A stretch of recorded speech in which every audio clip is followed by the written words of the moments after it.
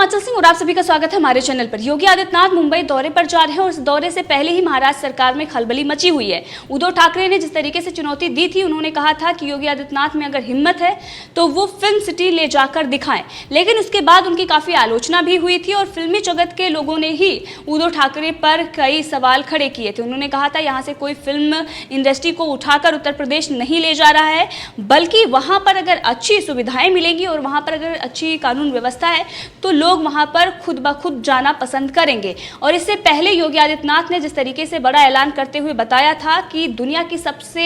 सुंदर और बड़ी फिल्म सिटी उत्तर प्रदेश को मिलने जा रही है, और इसमें जिस तरीके से जो फिल्मी हस्तियां हैं उन लोगों ने स्वागत किया था। इससे पहले मीटिंग भी हो चुकी है जिसमें बड़े बड़े फिल्मी हस्तियों से योगी आदित्यनाथ ने बातचीत की है। अब खुद योगी आदित्यनाथ मुंबई जा रहे हैं और मुंबई पर जाकर वो देश के बड़े उद्योगपतियों, बैंकरों और सिनेमा जगत की हस्तियों से भी मुलाकात करेंगे और इस दौरान वो राज्य में निवेश, प्रस्तावित फिल्म सिटी और फाइनेंस सिटी पर चर्चा करेंगे। ये जो उनका मकसद है वो साफ है। जिस तरीके से विकास की ओर अग्रसर है उत्तर प्रदेश, लगातार वो अच्छा प्रदर्शन कर रहा है और आपने देखा कि ईज ऑफ डूइंग बिजनेस में जिस तरीके से अच्छा प्रदर्शन उत्तर प्रदेश ने किया है और उसके बाद लोगों को, जो निवेशक हैं, उनको आकर्षित करने के लिए योगी आदित्यनाथ ने कई सुविधाओं का भी ऐलान किया है। आपने देखा जो चाइना से कंपनियां विमुख हो रही थी उन लोगों को भी आकर्षक लाभ देकर और यहां पर स्थापित करने के लिए योगी आदित्यनाथ ने चर्चा की थी। कई अमेरिकी कंपनियों से बातचीत योगी आदित्यनाथ की तरफ से की गई थी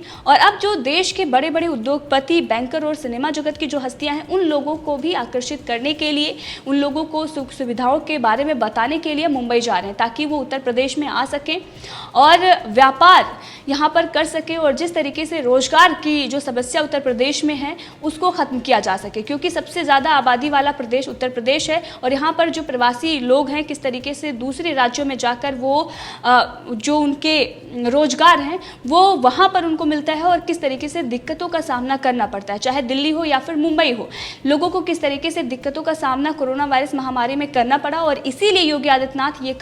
ये कदम उठा रहे हैं। अब इससे महाराष्ट्र सरकार किस तरीके से बौखलाई हुई है, महाराष्ट्र सरकार की तरफ से जिस तरीके से बयानबाजी हो रही है, इससे साफ दिखाई देता है कि कितने डर और भय में इस वक्त महाराष्ट्र सरकार है, क्योंकि लगातार योगी आदित्यनाथ अब इस पर काम कर रहे हैं और जल्द ही फिल्म सिटी का निर्माण होगा और यहाँ पर बड़ी बड़ी फिल्मी हस्तियाँ आकर अपना काम शुरू करेंगी। अब इसमें उत्तर प्रदेश ने दावा किया है कि योगी आदित्यनाथ की अगुवाई में प्रदेश तेजी से विकास की ओर अग्रसर है, कानून व्यवस्था में सुधार हुआ है, बुनियादी ढांचा विकसित हो रहा है और एयर कनेक्टिविटी के लिहाज से भी बहुत कुछ बदल चुका है। इसके अलावा नोएडा में देश की सबसे बेहतरीन फिल्म सिटी और फाइनेंस सिटी के साथ जेवर में एशिया का सबसे बड़ा green field airport, defence corridor, Purvanchal, Bundelkhand और गंगा एक्सप्रेसवे, मेट्रो के विस्तार, अयोध्या में भगवान राम के भव्य मंदिर और इलाके के कायाकल्प से बहुत कुछ बदल जाएगा। और उत्तर प्रदेश बहुत कुछ बदल चुका भी है। जिस तरीके से यहाँ पर प्रशासन व्यवस्था काम कर रहा है, यहाँ पर कानून व्यवस्था अगर हम देखें तो महाराष्ट्र से बहुत ही बेहतर है और इसीलिए लोग यहाँ पर अब आना चाहते हैं और इसीलिए महाराष्ट्र सरकार इस पर बौखलाई हुई है। सरकार ने यह भी दावा किया है कि निवेश प्रक्रिया को पारदर्शी बनाने के चलते Uttar Pradesh ease of doing business में छलांग लगाकर दूसरे नंबर पर पहुंच गया है। कोरोना संक्रमण के दौरान भी राज्य में 52 कंपनियों ने 45,000 करोड़ रुपए के निवेश में रुचि दिखाई है। लॉकडाउन के चलते 45 लाख प्रवासी मजदूर राज्य में वापस लौटे हैं, जिनमें से 25 लाख लोगों की उनकी दक्षता के मुताबिक स्थानीय स्तर पर रोजगार मुहैया कराया गया है। और उत्तर प्रदेश में योगी आदित्यनाथ लगातार जिस तरीके से काम कर रहे हैं, देश के पहले ऐसे मुख्यमंत्री हैं जो सबसे आगे चल रहे हैं। कोरोना वायरस महामारी में जो लॉकडाउन था उस दौरान भी योगी आदित्यनाथ का जिस तरीके से काम था और लोगों को अब उत्तर प्रदेश आकर्षित लगता है। जिस तरीके से अयोध्या में कायाकल्प हुआ है, आपने देखा वाराणसी में जिस तरीके से प्रधानमंत्री नरेंद्र मोदी पहुंचे हुए हैं, पहले की जो काशी थी आज कितना कुछ वहां पर बदल गया है। अयोध्या में जिस तरीके से चीज़ें बदल गई हैं और अगर हम नोएडा में देखें तो नोएडा, जो ग्रेटर नोएडा की अगर हम बात करें तो वहाँ पर इस तरीके से डिजाइन किया गया है कि कितना भी अगर वहाँ पर रश हो जाएगा तो ट्रैफिक जाम काम नहीं होगा। इस तरीके से जो उसको डिजाइन किया गया है, इस सब को देखते हुए यहाँ पर जो व्यापार हैं वो बढ़ सकते हैं, और अगर यहाँ पर फिल्मी हस्तियाँ आती हैं और यहाँ पर अपना काम शुरू करती हैं तो ये बहुत ही उत्तर प्रदेश के लिए भी अच्छा होगा और उन लोगों के लिए भी अच्छा होगा जो महाराष्ट्र में बहुत सारी चीज़ें झेल रहे हैं। वहाँ पर कानून व्यवस्था को लेकर जिस तरीके से सवाल लगातार खड़े हो रहे हैं, और महाराष्ट्र में जो तानाशाही सरकार चल रही है उसके खिलाफ अगर कोई भी आवाज़ उठाता है तो किस तरीके से उसको कटघरे में डाल दिया जाता है। अब इन सब को लेकर योगी आदित्यनाथ इस सब का फ़ायदा उठाना चाहते हैं, और इसीलिए उत्तर प्रदेश के मुख्यमंत्री योगी आदित्यनाथ मुंबई जा रहे हैं। अब वहां पर पहुंचकर बड़े बड़े जो उद्यमी हैं उन लोगों से बात किया जाएगा। जो टाटा सन्स के चेयरमैन हैं एन चंद्रशेखरन, हीरानंदानी समूह के chairman doctor Niranjan Hiranandani, L&T के चेयरमैन SN सुब्रमण्यम, और इनके साथ ही आनंद पंडित, मनमोहन शेट्टी, बोनी कपूर और सुभाष घई समेत कई फिल्मकारों से भी योगी आदित्यनाथ मुलाकात करेंगे। इससे पहले ही अब महाराष्ट्र सरकार का बयान आ चुका है। योगी के मुंबई दौरे पर महाराष्ट्र प्रदेश कांग्रेस के प्रवक्ता सचिन सामंत ने इस पर कहा है कि उत्तर प्रदेश के मुख्यमंत्री अजय कुमार बिष्ट मुंबई आने वाले हैं, और आप सभी को पता है कि किस तरीके से वो योगी आदित्यनाथ का नाम अजय कुमार बिष्ट लेते हैं, लेकिन कोई भी अगर सोनिया गांधी का नाम, सटीक नाम जो उनका सही नाम है वो ले लेता है तो किस तरीके से 200 FIR दर्ज कर दी जाती हैं। तो जो ये हिपोक्रेसी है कांग्रेस की, ये नहीं जाने वाली, और ये बार बार योगी आदित्यनाथ को अजय कुमार बिष्ट कहते हैं जबकि उनका ये बहुत पहले का नाम था, और जब से वो योगी बने हैं उसके बाद उन्होंने अपना नाम योगी आदित्यनाथ रख लिया था, जिसलिए उनको योगी आदित्यनाथ कहते हैं। लेकिन बार बार कांग्रेस उन्हें अजय कुमार बिष्ट कहती है, और ये दिखाने की कोशिश करती है कि वो जो एक तरफ से आपस में लोगों को लड़ाने के लिए, एक जाति को दिखाने के लिए इस तरीके से उनके तरफ से भाषा का प्रयोग किया जाता है, शब्द का प्रयोग किया जाता है, और दूसरी तरफ ये कहते हैं कि बीजेपी जातिवाद फैला रही है, धर्म की राजनीति करती है। सबसे बड़ी राजनीति अगर कोई इस पर करती है तो वो कांग्रेस है। अब इसको लेकर जो उनके तरफ से बयान आया है सचिन सामंत की तरफ से, उन्होंने कहा है कि वो महाराष्ट्र में उद्योगपतियों और बॉलीवुड की हस्तियों से चर्चा कर अपने राज्य में निवेश बढ़ाने की कोशिश करेंगे। हमारी उनको सलाह है कि उत्तर प्रदेश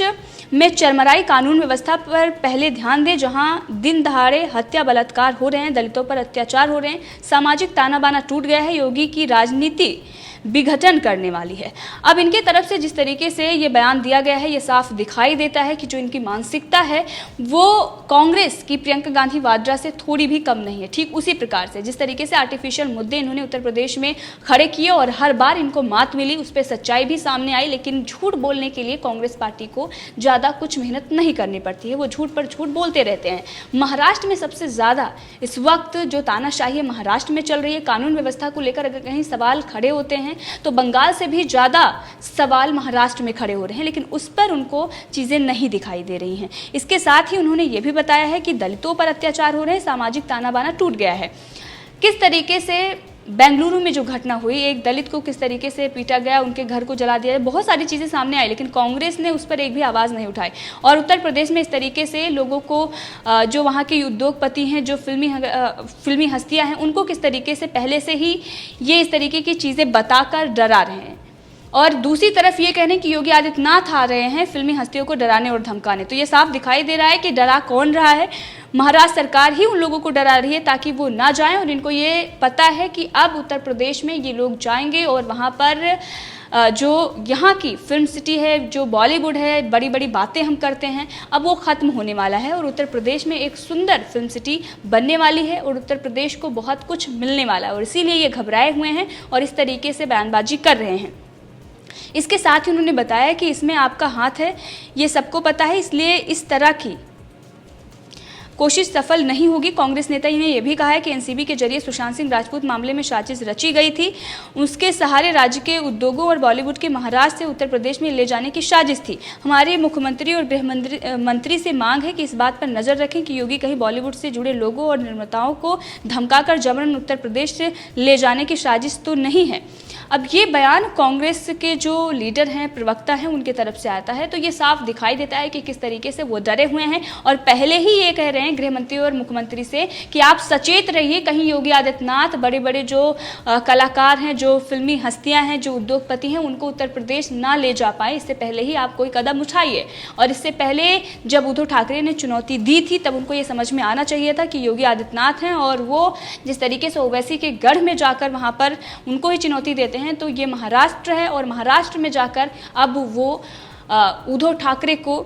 एक तरीके से चुनौती ही दे रहे हैं, क्योंकि उनके ही गढ़ में जाकर, मुंबई में ही जाकर वहाँ पर बड़े बड़े उद्योगपतियों और जो सिनेमा जगत की हस्तियां हैं उनसे बातचीत करके उत्तर प्रदेश आने के लिए कह रहे हैं। और कुछ फिल्मी हस्तियां वीडियो कॉन्फ्रेंसिंग के जरिए योगी आदित्यनाथ से बातचीत की थी और वो लोग उत्तर प्रदेश में आने के इच्छुक हैं और इन सबको ही ध्यान में रखते हुए योगी आदित्यनाथ अब मुंबई जा रहे हैं। और इससे पहले जो उद्धव ठाकरे ने कहा था कि अगर आप में हिम्मत है तो आप फिल्म सिटी ले जाकर दिखाइए, इस पर फिल्मी हस्तियों के बयान आए थे और उन लोगों ने उद्धव ठाकरे से ही कहा था कि आपको इतना समझना चाहिए कि यहाँ से कोई फिल्म सिटी उखाड़ कर नहीं ले जा रहा है, बल्कि वहाँ पर दूसरी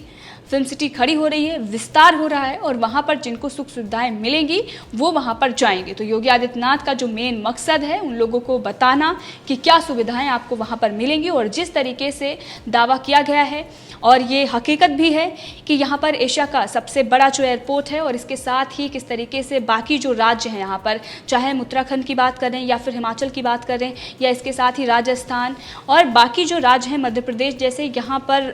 उसके पास ही हैं उत्तर प्रदेश के और नोएडा से जाने आने में भी कोई परेशानी नहीं होती है। अच्छी अच्छी लोकेशन है, आगरा है और इधर अयोध्या है, तो बहुत सारी चीज़ें यहाँ पर हैं और कहीं भी किसी चीज़ के लिए दिक्कत नहीं होगी। और इसीलिए योगी आदित्यनाथ ये चाहते हैं कि उत्तर प्रदेश को एक बड़ी और सुंदर फिल्म सिटी मिले और इसमें वो लगातार काम कर रहे हैं। जो लोग इस पर बौखलाए हुए हैं वो ये कह रहे हैं कि वो डराने धमकाने आ रहे हैं। तो पहले ही महाराष्ट्र सरकार डर गई है और इसीलिए वो ये कह रही है कि योगी आदित्यनाथ डराने धमकाने यहाँ पर फिल्मी हस्तियों को आ रहे हैं। तो इस पूरे मामले में आपकी क्या राय है, कमेंट करके ज़रूर बताएं। इसी के साथ अगर आपने अभी तक चैनल को सब्सक्राइब नहीं किया है तो कर लें ताकि हर अपडेट आप तक पहुँचती रहे। धन्यवाद।